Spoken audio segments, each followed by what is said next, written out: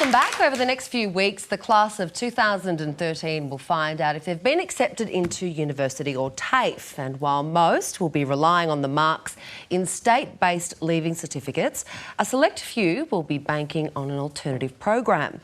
It's called the International Baccalaureate, and we're joined by two people who know all about it. Briony Morath coordinates the program in Australia, and Emma Williams achieved a perfect score last year. Well done. Welcome to you both. Emma, we'll get to you in a moment, but we might start with you, Briony. Sure. I'd never heard of what IB is, or, you know, what this whole program is all about. International Baccalaureate. What is it exactly? Right. Sure. What is it? The International Baccalaureate was actually started in 1969, so it's the same age as the New South Wales High School Certificate. And it's actually an organisation, and it offers 4 different educational programs. So the diploma program, the one that Emma just finished, is the one that we use for senior students, so students in year 11 and 12. And that's a program that enables students to do a whole range of subjects, which makes it a little bit different from our state curricula.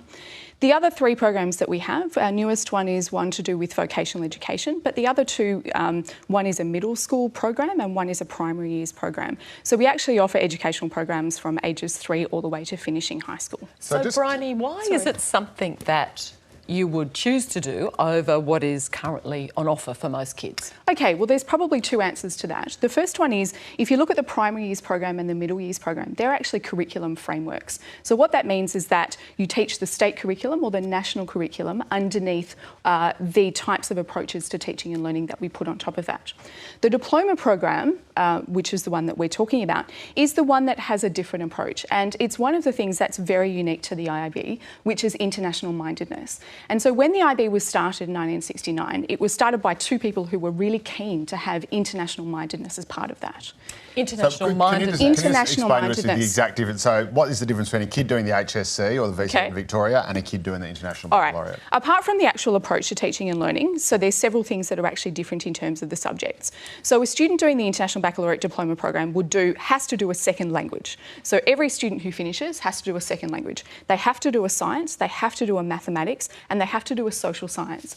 So students do 6 different subjects that are covering all of those particular areas. But on top of that, all students do hours of creativity, action and service. They do theory of knowledge, which is a thinking skills program, and they also do a 4,000-word extended essay, which makes it really different to lots of the other state programs. But is this on top of doing their final year at school, or is this an alternate course? It's an alternate course that students do. You wouldn't want to do both of them together. That would be too No, much it work. sounds like a lot of work. And how did you find it, Emma? I thought it was amazing. Obviously, it's really, really rigorous. So, you know, I spent a lot of time studying, but I think in the end, it was just an amazing experience just to be able to, because you're not specialising like you can in the HSC, because you have to do a language or humanities.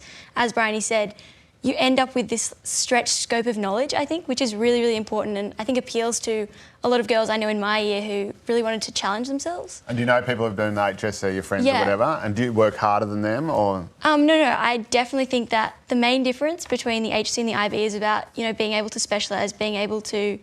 I mean, in the HSC, you're able to specialise. In the IB, you more have to take that global stance where you do all the different subjects. And is that why you wanted to do it? Is it a French-based program? I mean, where did it come from? It's actually based in Geneva, but it's a global program. So each of our offices are based in each of the different regions. So we have one in Singapore, one in America, and a couple in Europe. This seems to be, sorry to interrupt, this seems to be a program that is only offered in posh schools. I went to a state school. I've never heard of it before. There are no public schools in New South Wales that offer the program. It's one of the common misconceptions of the programs. I think in Australia it's partly historical because it has only been offered in, I guess, what you would call wealthy private schools on the eastern seaboard, but around the world, over 50% of state schools actually do the program. So if you look at the biggest concentrations of schools around the world, they're in places like Chicago and Buenos Aires, and they're all in public schools. And how much do you pay for the program? The program for students, there are registration fees for students, and schools can choose to either pay those on behalf of the students or reimburse that money. And what are you looking at? About $1,200 US for examination fees and registration fees, and that covers all of the marking. The IB is a not-for-profit organisation. So. And Emma, tell us too, why did you decide to do it, and what are you hoping to do as a result?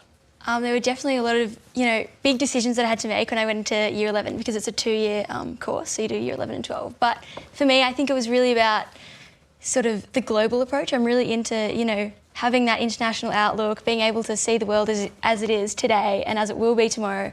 And I think that the IB really opens doors. I think, not only in terms of, giving you that breadth of learning or that independence, but also I think just being aware of the opportunities that are out there. Yeah. Just one final question. Is the course taught by the regular teachers at the school or is it taught by IB teachers? Well, IB teachers are regular teachers at the school. I see. Teachers undergo workshops and training in order to familiarise themselves with the assessment and the content of the courses. But the teachers who teach the programs are the teachers in our schools, and they're amazing teachers. Right. And if you do this, you could get into universities overseas. It's recognised by overseas universities. Absolutely. That's part of the... Briony, if parents want more details, they can go to a website? Certainly. They can look at the International Baccalaureate website, which is ibo.org. All right. Thank you very much, ladies, Thanks for joining very much. us. Good luck, Emma. Yeah.